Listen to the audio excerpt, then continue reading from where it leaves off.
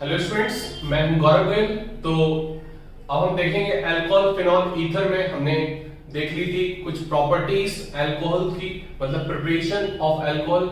हमें तीन चीज इंपॉर्टेंट मेनली रखनी होती है कि सबसे पहले हम देखते हैं उसकी प्रिपरेशंस, फिर फिजिकल प्रॉपर्टीज पे आते हैं, फिर केमिकल प्रॉपर्टीज पे आते हैं। ठीक है, तो हमने प्रिपरेशंस अल्कोहल्स की देखी थी, अल्कोहल फिनॉल ईथर में अल्कोहल्स की प्रिपरेशन देखी थी। अब हम देखेंगे फिनॉल की प्रिपरेशन थी, फिनॉल की किस तरीके से हम प्रिपरेशन कर सकते हैं। तो प्रिपरेशन ऑफ फिनॉल में हम देखेंगे प्रिपरेशन ऑफ फिनॉल। फिनॉल की प्रिपरेशन में हमें देखना क्या है, चार तरीके से हम प्रिपरेशन करेंगे फिनॉल की, चार तरीके से हम प्रिपेयर करेंगे फिनॉल को। पहले हम देखेंगे फ्रॉम क्लोरोबेंजीन, फ्रॉम क्लोरोबेंजीन मतलब क्लोरोबेंजीन से सबसे पहले हम फिनॉल को बनाएंगे। फिर हम देखेंगे फ्रॉम बेंजीन, बेंजीन से हम बनाएंगे फिनॉल को। फिर हम देखेंगे एनिलीन से, एनिलीन से फिर हम बनाएंगे इसको, फिनॉल को एनिलीन से बना लेंगे। क्लियर होगी बात करें। फिर हम देखो क्लोरोबेंजीन से हम सिंपल देखेंगे, फिर हम नेक्स्ट जो देखेंगे chlorobenzene, from benzene, from aniline और फ्रॉम क्यूमीन, क्यूमीन से हम निकालेंगे। क्लियर होगी बात करें।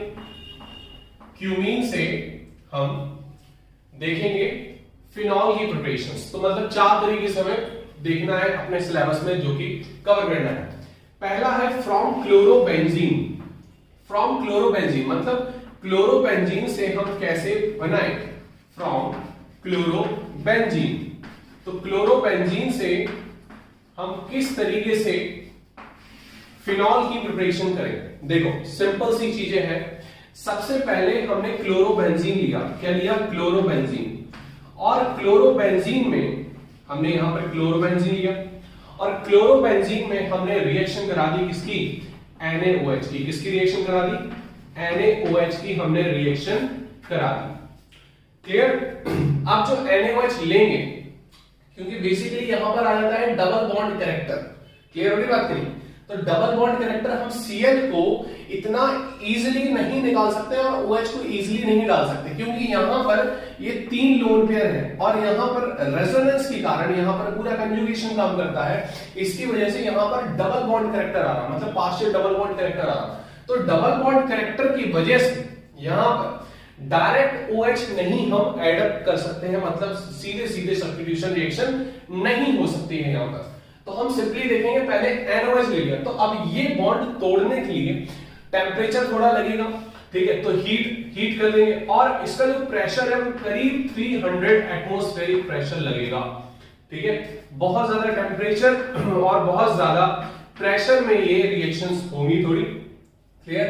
तो अब सबसे पहले जो आएगा ये ONA लग जाएगा। क्या लग जाएगा, ONA। समझ में आ रही बात नहीं। तो ये बन गया, जो बन जाएगा इसको बोलते हैं सोडियम फिनॉक्साइड। क्या बोल देंगे इसको, सोडियम फिनॉक्साइड, क्योंकि ये पूरा O के साथ ये बेंजीन जो लगता है इसको फिनॉक्साइड आयन बोलते हैं और इट इज मोर स्टेबल, है ना। तभी फिनॉल H+ लूज करके फिनॉक्साइड आयन बना लेता है और बहुत स्टेबल होता है ड्यू टू रेजोनेंस। अब इसकी रिएक्शन हम जब करा देंगे एसिड की प्रेजेंस में, कोई HCl डाल दिया, ठीक है, तो जब हम एसिड की प्रेजेंस में रिएक्शन करा देते हैं तो फिर हमारा बन जाएगा डायरेक्ट फिनॉल। क्या बन जाएगा, डायरेक्ट फिनॉल बन जाएगा। इतनी बात समझ में आ रही है आपको। तो सिंपल सा आपको समझना है, पहले हमने क्लोरोबेंजीन लिया, फिर NaOH की रिएक्शन कराई हमने इसमें।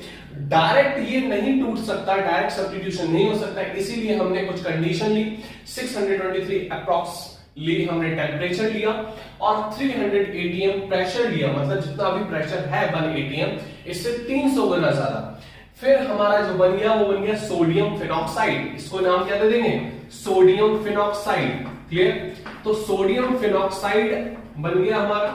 क्लियर। इसके बाद सोडियम फिनॉक्साइड की जब रिएक्शन एसिड के प्रेजेंस में करा देते हैं तो हमारा क्या बन जाता है, फिनॉल तैयार हो जाएगा। क्या तैयार हो जाएगा, फिनॉल तैयार हो जाएगा। इतनी बात आपको समझ में आ रही। तो पहली रिएक्शन हम क्लोरोबेंजीन से आंख बंद करके कर सकते हैं कि क्लोरोबेंजीन चाहिए हमें, NaOH उसमें डाल देंगे, ठीक है, NaOH हमने डाल दिया, कंडीशन ले ली 623 केल्विन टेंपरेचर और 300 एटमॉस्फेरिक प्रेशर, दैट्स इट। फिर हमारा क्या बन जाएगा, सोडियम। देखो फिनॉल डायरेक्ट नहीं बनता है, सबसे पहले ये कंडीशन आएगी आएगी, ठीक है, ठीक है, ओ के साथ आएगी, फिर हम जब एसिडिक कंडीशन डालेंगे तब वो डिस्प्लेसमेंट होगी उसकी। क्लियर हो रही बात आपको, तो नोट कर सकते हो आप। नेक्स्ट हम देखेंगे फ्रॉम बेंजीन। किससे देखेंगे, फ्रॉम बेंजीन। अब बेंजीन से जो रिएक्शन हम देखेंगे, बेंजीन से जो हम रिएक्शन देखेंगे वो देखो, बेंजीन से हम रिएक्शन देखते हैं। नया बोर्ड है ये, थोड़ा सा वाइट वाइट हो रहा है, क्लियर। अब देखते हैं कौन सी रिएक्शन, फ्रॉम बेंजीन। तो ये हमारे क्लियर हो गई। सेकंड हम देखेंगे फ्रॉम बेंजीन। बेंजीन से हम डायरेक्ट कैसे बना सकते हैं, बेंजीन से हम डायरेक्ट कैसे बना सकते हैं, क्लियर हो रही बात की नहीं। तो बेंजीन हम लेंगे, क्लियर, बेंजीन हमने ली, क्लियर, बेंजीन का सल्फोनेशन करा देंगे। क्या करा देंगे, सल्फोनेशन। सल्फोनेशन आपने रिएक्शन देखी होगी हेलो अल्केन में, तो सल्फोनेशन यहां कराते हैं ओलियम के प्रेजेंस में। किसके प्रेजेंस में, ओलियम। ओलियम क्या होता है, ओलियम होता है H2S2O7। क्या होता है, H2S2O7। तो ये H2S2O7 क्या है, ओलियम बेसिकली नाम आता है ऑयल फॉर्मिंग से, इसका जो वर्ड का मतलब होता है। तो H2S2O7 बेसिकली क्या है, देखो इस तरीके से इसका स्ट्रक्चर होगा, क्लियर, इसका ये इस तरीके से स्ट्रक्चर होगा। अगर ये ऑक्सीजन ऑड नंबर में है तो एक ऑक्सीजन दो सल्फर के बीच में आ जाता है हमेशा, ठीक है, और यहां पर ये OH और सल्फर दो डबल बॉन्ड बनाता है ऑक्सीजन के साथ, दो डबल बॉन्ड बनाते हैं ऑक्सीजन के साथ। तो ये यहां पर ब्रेक होगा, क्लियर, ये नेगेटिव ये प्लस, यहां पर इलेक्ट्रोफाइल अटैक करता है। आपने देखा होगा सारी इलेक्ट्रोफिलिक रिएक्शन थी, इलेक्ट्रोफिलिक सब्स्टिट्यूशन, चाहे वो हैलोजनेशन हो, चाहे वो नाइट्रेशन हो, चाहे वो सल्फोनेशन हो, क्लियर। तो जब ये बेंजीन के साथ जब रिएक्शन होगी तो आप ध्यान से देखो, यहां पर ये हमारा क्या बन जाएगा, SO3H। क्या बन जाएगा ये, SO3H। इतनी बात आपको समझ में आ रही, क्लियर हो रही बात।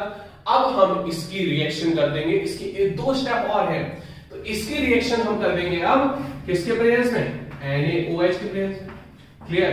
तो NaOH डाल देंगे और दूसरा हम डाल देंगे फिर एसिड के प्रेजेंस में। किसमें डाल देंगे हम, एसिड के प्रेजेंस में। अब सिंपल सा जो रिएक्शन हमारी बन जाएगी वो डायरेक्ट हमारा क्या बन जाएगा, फिनॉल तैयार हो जाएगा। लेकिन पहले स्टेप में ONA ही आएगा यहां पर, फिर हम एसिड डालेंगे तब OH आएगा। मतलब ये जो रिएक्शन है ये तीन स्टेप की रिएक्शन है। पहले स्टेप में आपने सल्फोनेशन कराया, presence of oleum. Second step में आपने NaOH डाल दिया, तो ये एसिड बेस टाइप की रिएक्शन हो गई और हमारा ONA बनेगा, सॉल्ट बनता है। जो एसिड बेस रिएक्शन में क्या होता है, सॉल्ट बनता है ना। तो ये फिनॉक्साइड, सोडियम फिनॉक्साइड क्या है, सोडियम फिनॉक्साइड क्या है, ONA, दैट इज सॉल्ट ना, दैट इज सॉल्ट। तो सॉल्ट तैयार होगा जब एसिड और बेस की रिएक्शन होगी, क्लियर हो गया कि नहीं। फिर हम थर्ड स्टेप में जो रिएक्शन करेंगे वो H प्लस की प्रेजेंस में करेंगे, देन वो क्या बन जाएगा हमारा, फिनॉल। डायरेक्ट क्या बन जाएगा, वो फिनॉल बन जाएगा। इतनी बात आपको समझ में आ रही, तो नोट कर सकते हो ये। मतलब हम दो रिएक्शन यहां पर देख चुके हैं। कौन सी दो रिएक्शन हम देख चुके हैं, क्लियर, फ्रॉम क्लोरोबेंजीन और फ्रॉम बेंजीन। इतनी बात आपको समझ में आ रही कि नहीं आ रही, बोलो इतनी बात समझ में आ रही। बस यही चीज आपको देखनी है, क्लियर, यही चीज आपको यहां पर देखनी है, क्लियर हो रही बात। नेक्स्ट जब हम देखेंगे रिएक्शन,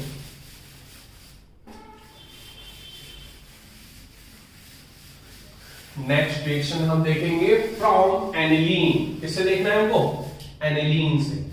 थर्ड रिएक्शन हम देखेंगे फ्रॉम एनिलीन। फ्रॉम एनिलीन में हम जो रिएक्शन देखेंगे, एनिलीन से हमें कैसे रिएक्शन बनानी है, कैसे तैयार करनी है, बहुत सिंपल सी रिएक्शन है। सबसे पहले ये दो टाइप की आपसे क्वेश्चन पूछे जा सकते हैं। फ्रॉम डायजोनियम सॉल्ट से बनाओ फिनॉल, और डायजोनियम सॉल्ट से आप एक स्टेप में बना सकते हो, या फिर फ्रॉम एनिलीन से बनाना है। तो एनिलीन क्या होता है, आपको ये कंपाउंड का पहली बात स्ट्रक्चर बहुत अच्छे से पता होनी चाहिए, ये सारी बेसिक चीजें होती हैं। तो हमने एनिलीन ले ली, क्या ले ली, एनिलीन, और हमने इसकी रिएक्शन किससे करा दी, बेंजीन डाइजेनियम सॉल्ट हमें बनाना है। तो प्रिपरेशन ऑफ बेंजीन डाइजेनियम सॉल्ट कैसा होता है, एनिलीन की रिएक्शन हम किससे करा देते हैं, NaNO2 प्लस HCl, किसके बने में, NaNO2 प्लस HCl, और फिर हमारा क्या बन जाता है, बन क्या जाता है, बेंजीन डाइएजोनियम सॉल्ट। क्या बन जाता है, बेंजीन डाइएजोनियम सॉल्ट बन जाता है। क्लियर हो रही बात की नहीं। तो बेंजीन डाइएजोनियम सॉल्ट हमारा जब बन जाता है, अब यहां से रिएक्शन पूछी जाएगी कि रिएक्शन फिनॉल कैसे तैयार करेंगे। तो फिनॉल हमारा कैसे बनेगा, कैसे तैयार होगा, वार्म वाटर डाल दो, क्या डाल दो, वार्म वाटर, थोड़ा गर्म पानी डाल दो इसमें, और जब गर्म पानी से रिएक्शन होगी बेंजीन डाइजेनियम सॉल्ट की, तो डायरेक्ट क्या बन जाएगा, फिनॉल तैयार हो जाएगा। क्या तैयार हो जाएगा, फिनॉल तैयार हो जाएगा। इतनी बात आपको समझ में आ रही है कि नहीं आ रही, बोलो, इतनी बात समझ में आ रही है आपको। तो ये डायरेक्ट फिनॉल तैयार हो जाएगा। क्लियर, तो इसको नोट कर सकते हो आप, समझ में आ रही बात की नहीं, फटाफट नोट करो। तो 3 रिएक्शन हमारी होगी, फ्रॉम क्लोरोबेंजीन, फ्रॉम बेंजीन और फ्रॉम एनिलीन। क्लियर, नोट करो फटाफट। तो ये आपने नोट कर लिया, नोट कर लिया। अब देखते हैं हम लास्ट रिएक्शन फ्रॉम क्यूमीन। किससे देखना है हमको, फ्रॉम क्यूमीन। अब देखो क्यूमीन से कैसे बनाते हैं, क्यूमीन का स्ट्रक्चर पता होगा आप लोगों को, क्यूमीन का स्ट्रक्चर तो पता ही होना चाहिए आप लोगों को। 11th में पढ़ी होगी ऑर्गेनिक, 11th में ऑर्गेनिक पढ़ी होगी, तो उसमें क्यूमीन का स्ट्रक्चर देखा होगा। क्लियर, इसको हटा भी दें तो कोई दिक्कत नहीं है, ये रिएक्शन हो चुकी है। फ्रॉम क्यूमीन, क्यूमीन से हमें देखना है। देखो 4th रिएक्शन है फ्रॉम क्यूमीन, मतलब हम प्रिपरेशन करेंगे अब फ्रॉम क्यूमीन से। देखो क्यूमीन बेसिकली क्या होता है, देखो आप ध्यान से देखिए, यहां पर ये हमारी बेंजीन है, ये हमारी क्या है, बेंजीन, और यहां पर ये CH है, अगल बगल CH3 लगा देंगे, इसको CH3 हम ऊपर कर दे रहे हैं ताकि एक आपको ट्रिक बता सके।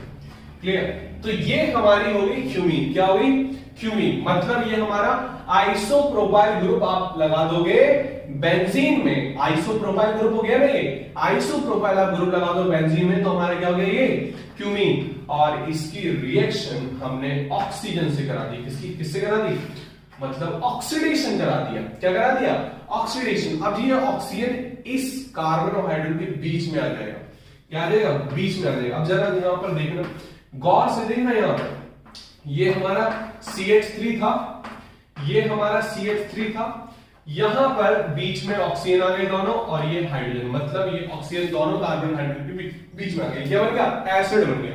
क्या बन गया, ये कार्बोक्सिलिक, कार्बोक्सिलिक एसिड, ये COOH। अरे कार्बोक्सिलिक एसिड नहीं है ये, COH is not carboxylic acid.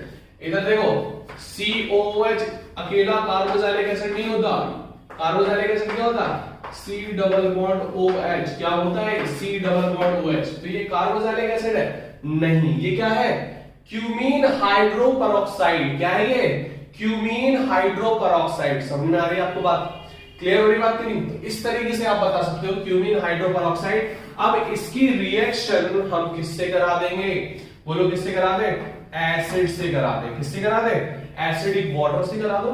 किससे करा दो, एसिडिक वाटर से करा दो आप। क्लियर, तो जब हम एसिडिक वाटर से, मतलब क्योंकि एसिड जो H+ है वो अकेला नहीं रहता, वो पानी के साथ रहता है। सॉल्वेंट वाटर ले लिया तो H+ पानी के साथ रहेगा, हाइड्रोनियम आयन बन जाएगा H3O+, तो हमारा बन क्या जाएगा, यहां पर डायरेक्ट फिनॉल बन जाएगा। क्या बन जाएगा, डायरेक्ट फिनॉल। तो ये कहां जाएंगे सब, ये बाय प्रोडक्ट में चीज आएगी। देखो जरा, CH3 C double bond O CH3, मतलब क्या बन जाएंगे, एसीटोन, प्रोपेनोन, मतलब कीटोन। अगर आपको कीटोन भी बनाना है क्यूमीन से तो आप बना सकते हैं। क्लियर, तो ये दोनों प्रोडक्ट हमको मिल सकते हैं, लेकिन हमें प्रोडक्ट फिनॉल बनाना है तो ये एज अ बाई प्रोडक्ट कहलाएगा। क्लियर, क्योंकि जिसका हम टारगेट करते हैं उसके साथ साथ जो भी चीज हमें मिलती है वो सारी की सारी बाई प्रोडक्ट में आती है। क्लियर, तो ये हमने सारी देख ली प्रिपरेशन ऑफ फिनॉल। क्या देख लिया हमने, प्रिपरेशन ऑफ फिनॉल, मतलब फिनॉल की प्रिपरेशन हमने देखी। क्लियर हो रही बात की नहीं? बोलो इतनी बात समझ में आई आपको? इतनी बात समझ में आ जानी चाहिए आप लोगों को। नेक्स्ट हम देखेंगे, हमने प्रिपरेशन देख ली अल्कोहल फिनॉल्स दोनों की, अल्कोहल फिनॉल दोनों की प्रिपरेशन हमने देख ली है। अब हम आएंगे फिजिकल प्रॉपर्टीज पे, फिर आएंगे हम केमिकल प्रॉपर्टीज पे, और फिर हम पढ़ेंगे ईथर के बारे में। क्लियर? तो अभी हम अल्कोहल फिनॉल साथ में लेकर चल रहे हैं, तो अब हम देखेंगे फिजिकल प्रॉपर्टीज। क्या देखना है हमको? Physical properties, physical properties of phenol, sorry alcohol phenol दोनों ले लेंगे, अल्कोहल्स फिनॉल्स, फिनॉल्स, ईथर को भी हम कंपेयर कर लेंगे एंड ईथर। क्लियर? समझ में आ रही बात की नहीं? Physical properties of alcohol phenol and ether. Clear? अब देखो यहां पर हमने नॉमेनक्लेचर में ईथर देख लिया था, बस हमारी ईथर की प्रिपरेशन रह रही है। क्लियर? तो वो हम ईथर जो है वो लास्ट सेक्शन में देखेंगे सीधे, क्योंकि अल्कोहल फिनॉल हमें साथ में करना है। क्लियर? तो जिस तरीके से हमने हेलो अल्कीन पहले देखा था, हेलो अल्कीन बाद में, ठीक है? तो इस तरीके से हमने अल्कोहल फिनॉल अभी देख लिया। अब देखो फिजिकल प्रॉपर्टीज में क्या है कि आपको ये देखना है कि अल्कोहल क्या है हमारा ROH, क्या है ROH, और फिनॉल क्या है हमारा बेंजीन पर लगा हुआ OH। क्लियर हो रही बात नहीं? अब ये कंपेयर जो है, जो मेन दो फिजिकल प्रॉपर्टीज हैं, वो दो मेन फिजिकल प्रॉपर्टीज हैं। पहला हमें पढ़ना है बॉइलिंग पॉइंट, पहला क्या पढ़ना है हमें? Boiling point. दूसरा क्या पढ़ना है हमको? दूसरा क्या पढ़ना है? सॉल्युबिलिटी। दूसरी क्या पढ़नी है? सॉल्युबिलिटी। अब देखो यहां पर दो चीज देखो, सॉल्युबिलिटी जब भी हम देखेंगे वे पानी में देखेंगे कि कितना कोई कंपाउंड पानी में घुल सकता है, या पानी इन कंपाउंड्स को कितना घोल सकता है। ये दोनों पे डिपेंड करता है, नेचर दोनों का मिलना चाहिए। ठीक है? अगर दोनों की दोस्ती है तो ये दोनों को ये गवार होना चाहिए कि ये भी दोस्ती करना चाह रहा है कि ये भी दोस्ती करना। अगर दोनों लोग करना चाह रहे हैं तभी बॉन्डिंग हो सकती है, तभी सॉल्युबिलिटी हो सकती है, तभी कोई चीज घुल सकती है। अब कोई नॉन सॉल्युबल है जो मतलब नहीं घुलना चाहता है, ठीक है, तो वो नहीं घुलेगा, उसकी सॉल्युबिलिटी नहीं आएगी फिर। क्लियर? समझ में आ रही बात? क्लियर? अब देखो यहां पर बॉइलिंग पॉइंट और सॉल्युबिलिटी। अब बॉइलिंग पॉइंट जो है वो मैंने आपको पहले ही बता दिया कि बॉइलिंग पॉइंट जो है पहले चैप्टर में मैंने बताया था, boiling point is directly proportional to surface area. Boiling point किसके डायरेक्टली प्रोपोर्शनल है? सरफेस एरिया के। मतलब जितना ज्यादा कंपाउंड का, मॉलिक्यूल का हम देखेंगे सरफेस एरिया है, उतना ज्यादा उस चीज का क्या हो जाएगा? बॉइलिंग पॉइंट हो जाएगा। क्लियर हो रही बात की नहीं? अब इतनी बात आपको चीजें समझ में आ गई। फिर भी हम चीजें देखेंगे, जैसे हम बात करें, कंपेयर करें, हमने देख लिया CH3 CH2OH, ये हमारा क्या हो गया? इथेनॉल। दूसरा हम देख लेंगे ईथर में देख लेंगे, तो ईथर हमारा क्या हो गया? CH2OCH3। क्लियर? समझ में आ रही बात की नहीं? ये दोनों आपस में आइसोमर कहलाएंगे, है ना? फंक्शनल आइसोमर कहलाएंगे। दोनों फंक्शनल ग्रुप अलग अलग है लेकिन मॉलिक्यूलर केमिकल फॉर्मूला सेम है। दूसरा हम देख लेंगे CH3 CH2 CH3। क्लियर? अब यहां पर जो सरफेस एरिया है लमसम सेम है, लमसम सेम है, तो यहां पर ये बनाते हैं हाइड्रोजन बॉन्डिंग। तो यहां पर इस केस में फिर बाद में देखेंगे हम इनमें आपस में बॉन्डिंग अच्छी है कि नहीं, ये चीज देख लेंगे। क्लियर हो रही बात करेंगे? यहां पर इथेनॉल की बात करेंगे, ईथर की बात करेंगे और फिर प्रोपेन की बात करेंगे। तो यहां पर जो बॉइलिंग पॉइंट है वो इसका सबसे ज्यादा होगा, देन इसका, देन इसका। क्लियर हो रही बात करेंगे? लेकिन अब आपको देखना है, जैसे हम बात करें प्रोपेनॉल, ध्यान से सुनना, प्रोपेनॉल मतलब 3 कार्बन का एल्कोहल, 4 कार्बन का एल्कोहल, 5 कार्बन का एल्कोहल। तो इसमें किसका बॉइलिंग पॉइंट सबसे ज्यादा होगा? 5 कार्बन वाले का, क्योंकि वहां पर हम केवल नॉर्मल की बात कर रहे हैं, सिंपल चेन। क्लियर हो गया कि नहीं? तो यहां पर जितना लंबी चेन हुई, अगर सेम फंक्शनल ग्रुप है, सेम कंपाउंड है, तो फिर लंबी चेन मतलब जितना ज्यादा हाइड्रोकार्बन होंगे उतना ज्यादा उसका बॉइलिंग पॉइंट होगा। लेकिन अगर ब्रांचिंग बढ़ गई, अगर हम इसकी बात करें कि ये डायरेक्टली प्रोपोर्शनल जो सरफेस एरिया होता है, लेकिन ये इनवर्सली प्रोपोर्शनल भी होता है, इसको नोट कर सकते थे आप। देखो इनवर्सली प्रोपोर्शनल भी होता है, अगर हम इसकी बात करें तो ये इनवर्सली प्रोपोर्शनल होता है ब्रांचिंग के, मतलब जितनी ज्यादा कंपाउंड में मॉलिक्यूल में ब्रांचिंग होगी उतना कम बॉइलिंग पॉइंट होगा। समझ में आ रही बात कि नहीं? उतना कम बॉइलिंग पॉइंट होगा। इतनी बात आपको समझ में आ रही? तो जितना ज्यादा सरफेस एरिया उतना ज्यादा होगा बॉइलिंग पॉइंट, जितना ज्यादा ब्रांचिंग उतना कम हो जाएगा बॉइलिंग पॉइंट। और वंडरवाल फोर्स अच्छा होना चाहिए, वंडरवाल फोर्स अच्छा होना चाहिए। क्लियर हो गया कि नहीं? वंडरवाल फोर्स मतलब नंबर ऑफ हाइड्रोकार्बन, इतनी बात समझ में आ रही? तो इसको हटा देते हैं। अब देखो हम कुछ क्वेश्चंस देखते हैं, तब आपको और क्लियरेंस होगी। समझ में आ रही बात की नहीं आ रही?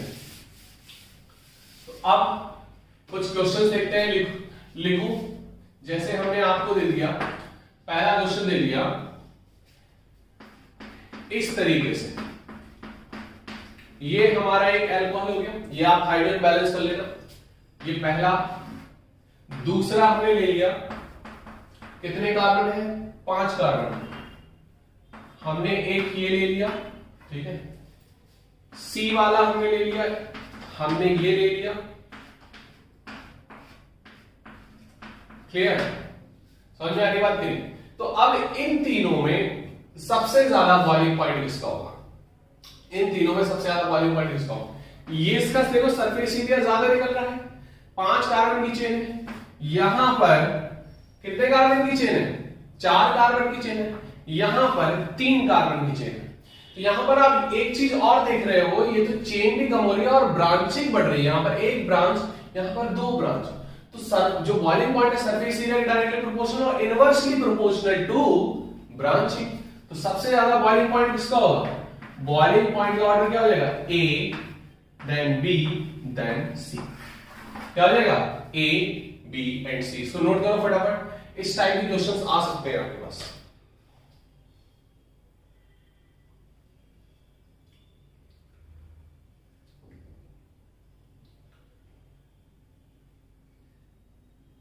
क्लियर होगी बात की नहीं? नोट कर लिया आप लोगों ने? ठीक है।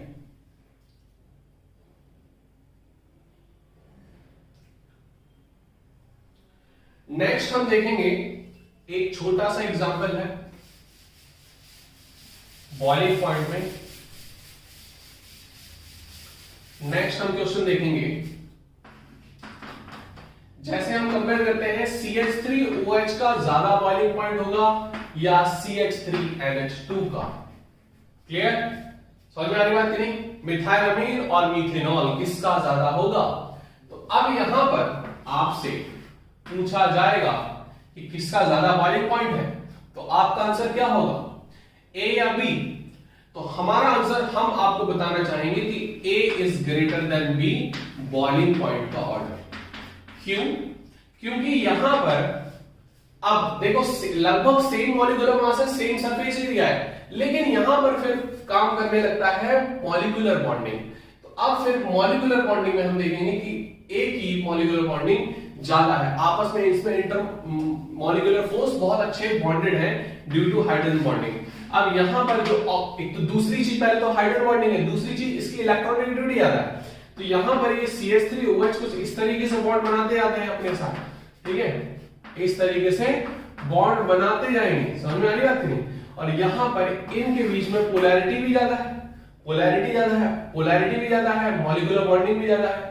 तो यहां पर इस तरीके से इसीलिए ए की जो क्या बॉइलिंग पॉइंट वो ज्यादा होगा as compare to B. Clear? इसको नोट कर सकते हो। तो यहां पर हमने कुछ केस देखे थे, जैसे हमने अभी बात की थी CH3OH की, और यहां पर हमने देखा था CH3NH2।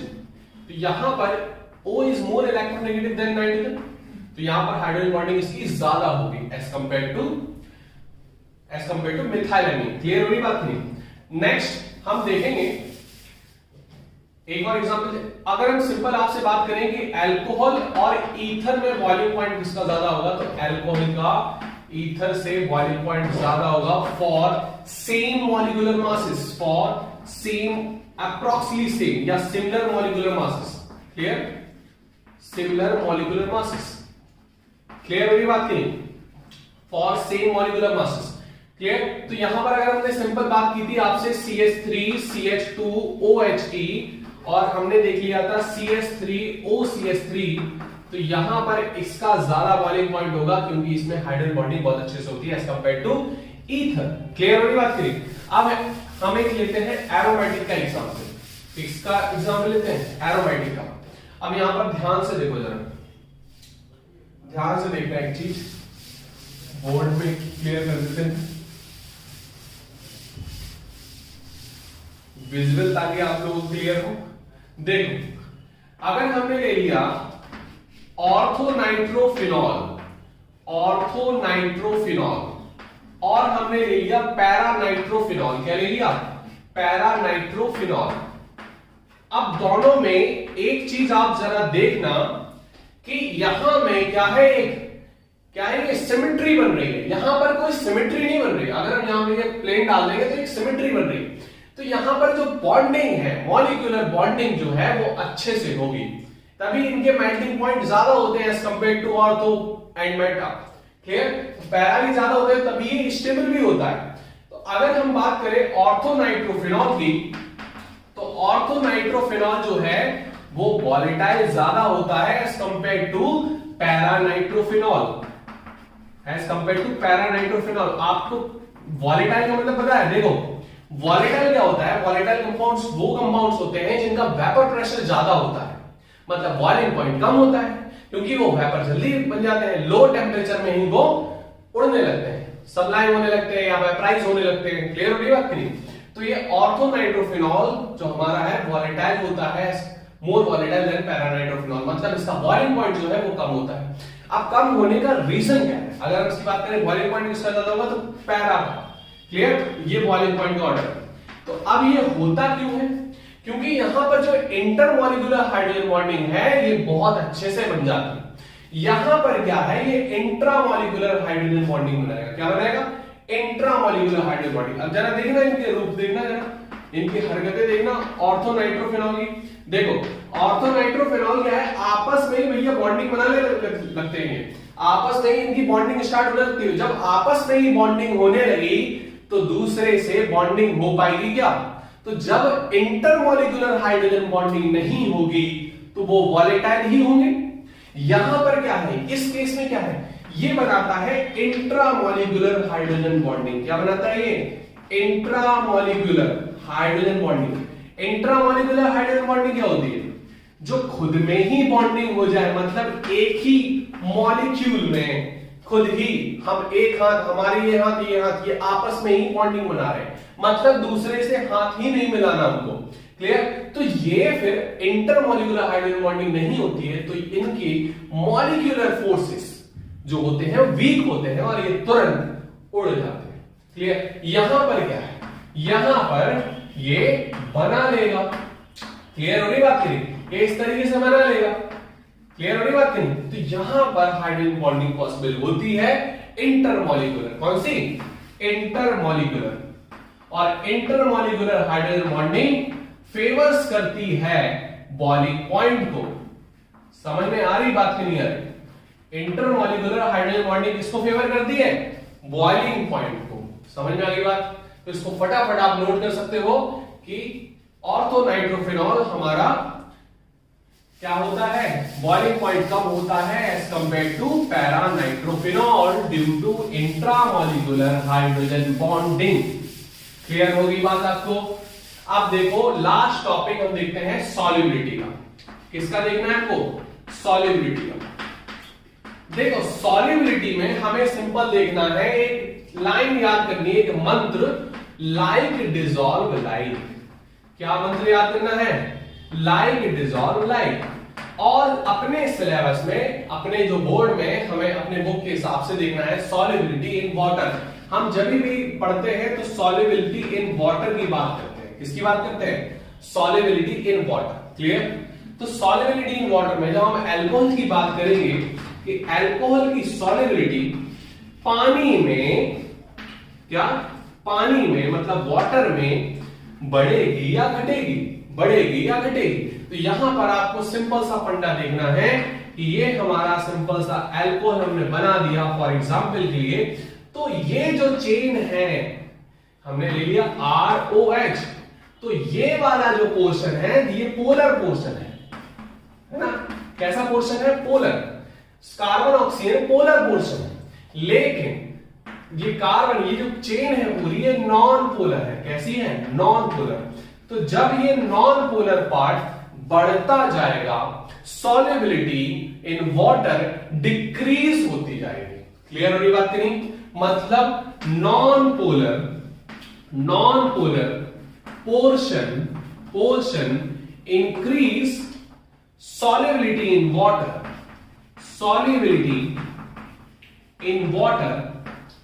क्या हो जाएगी भैया? डिक्रीज हो जाएगी। क्या हो जाएगी? डिक्रीज हो जाएगी। इतनी बात आपको समझ में आ रही है नहीं आ रही? तो फटाफट आप नोट कर सकते हो। तो आप सिंपल बता सकते हो, अगर हमने ले लिया एग्जांपल इथेनॉल, दूसरा प्रोपेनॉल, तीसरा ब्यूटेनॉल, तो इन तीनों में सॉल्युबिलिटी किसकी ज्यादा होगी इन वाटर? तो पहला, दूसरा एंड तीसरा। इतनी बात समझ में आ रही है आपको कि नहीं? तो फटाफट आप नोट कर सकते हो। इतनी चीज हमें देखनी थी। नेक्स्ट लेक्चर में हम कवर करेंगे क्या? Chemical properties.